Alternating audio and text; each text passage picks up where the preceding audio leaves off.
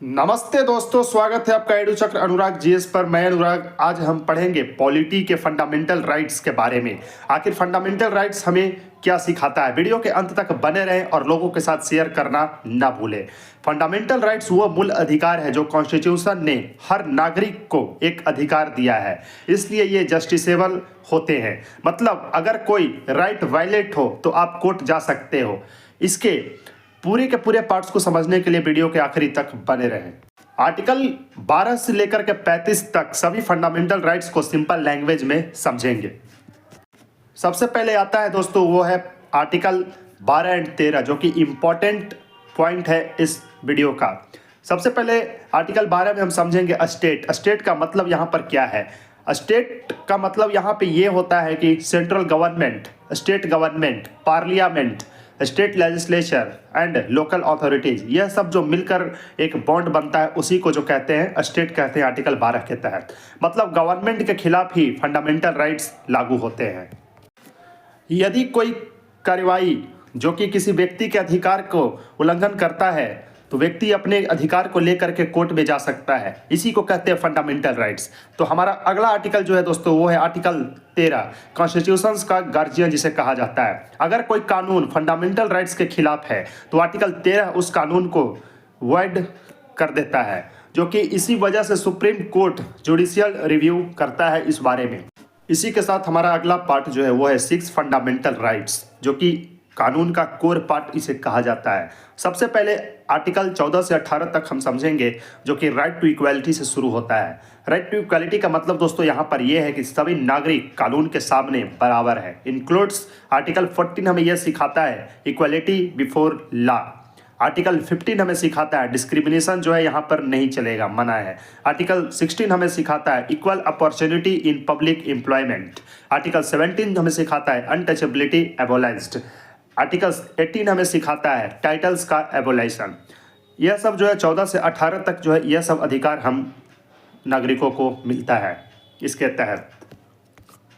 यहाँ पर एक एग्जाम पॉइंट ये बनता है जो कि अनटचेबिलिटी का मतलब यहाँ पर हुआ पनिशेबल ऑफेंस। यदि कोई अनटचेबिलिटी जैसा कुछ हरकत करता है समाज में तो उसे जो है पनिशमेंट के तौर पर जेल भी हो सकती है।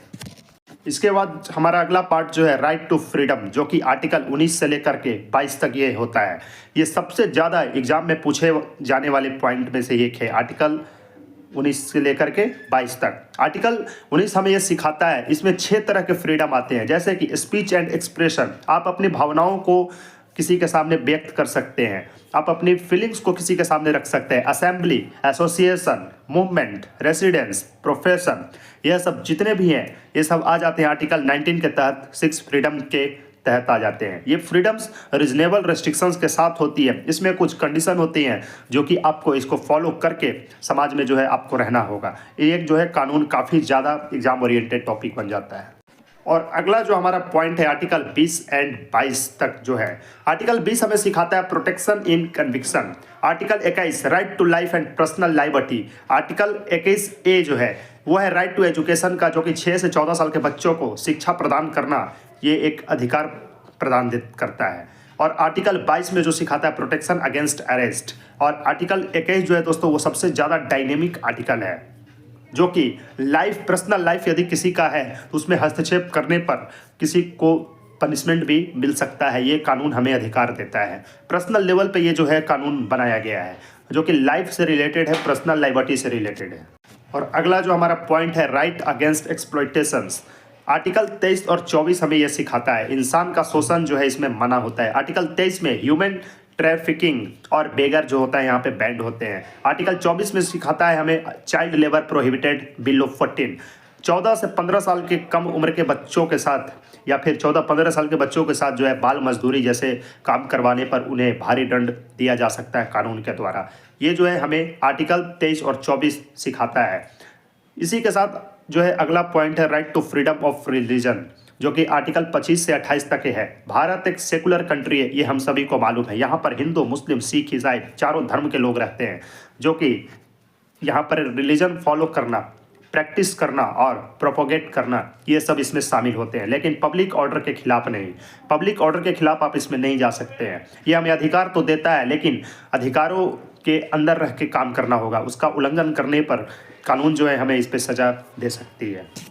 और इसी के साथ जो हमारा अगला पॉइंट है दोस्तों ये है कि कल्चर एंड एजुकेशनल राइट्स, जो कि आर्टिकल 29 एंड 30 के तहत ये आता है। माइनॉरिटीज़ को अपनी लैंग्वेज, कल्चर और इंस्टीट्यूशंस बचाने का अधिकार है। यहाँ पर माइनॉरिटीज़ कहने का मतलब दोस्तों जो कि यहाँ पे कम संख्या में है, यहाँ पे वो अपनी लैंग्वेज को बचा सकते हैं, कल्चर को बचा सकते हैं और अपने इंस्टीट्यूशंस को बचाने का अधिकार उनके पास पूर्ण रूप से होता है। ये राइट यूनिटी इन डाइवर्सिटी को प्रोटेक्ट करता है। और इसी के साथ अगला जो हमारा पॉइंट है right to constitutional remedies, article 32। Doctor Bhimrao Ambedkar ने इसे heart and soul of the constitution कहा है। किसे कहा है? आर्टिकल 32 को, राइट टू कॉन्स्टिट्यूशनल रेमेडीज को। इसके तहत आप सुप्रीम कोर्ट जा सकते हो। और अगला जो हमारा पॉइंट आता है जो कि रिट्स, आर्टिकल 32, ये जो है 5 रिट्स इसमें आते हैं जो कि हैबियस कॉर्पस, मैंडामस और प्रोहिबिशन, और इसी के साथ अगला जो है सर्टियोरारी है। ये सब जो है इसमें आते हैं। और अंतिम जो है कोयो वारंटो आता है। यदि हम अगले पॉइंट की बात करें तो वो है सस्पेंशन ऑफ राइट्स, जो कि आर्टिकल 33 से 35 तक ये बताता है। इमरजेंसी के दौरान कुछ राइट्स सस्पेंड हो सकते हैं, जैसे कि आर्टिकल 20 एंड 21 कभी सस्पेंड नहीं होते। आर्टिकल 20 और 21 जो है दोस्तों वो कभी भी इमरजेंसी में भी सस्पेंड नहीं होते, लेकिन कुछ राइट्स सस्पेंड हो सकते हैं। इसी के साथ जो है फंडामेंटल राइट्स सिर्फ लिखे हुए वर्ड्स नहीं है, बल्कि हमारी एक आज़ादी की रक्षा है। अगर आप कॉन्स्टिट्यूशन समझना चाहते हो तो फंडामेंटल राइट्स को इग्नोर नहीं करें। और नेक्स्ट वीडियो में हम समझेंगे DPSP के बारे में, इसलिए चैनल को फॉलो कर लें, एडुचक्र अनुराग GS को, और लोगों तक ज़्यादा से ज़्यादा शेयर करें। Thank you so much, keep watching.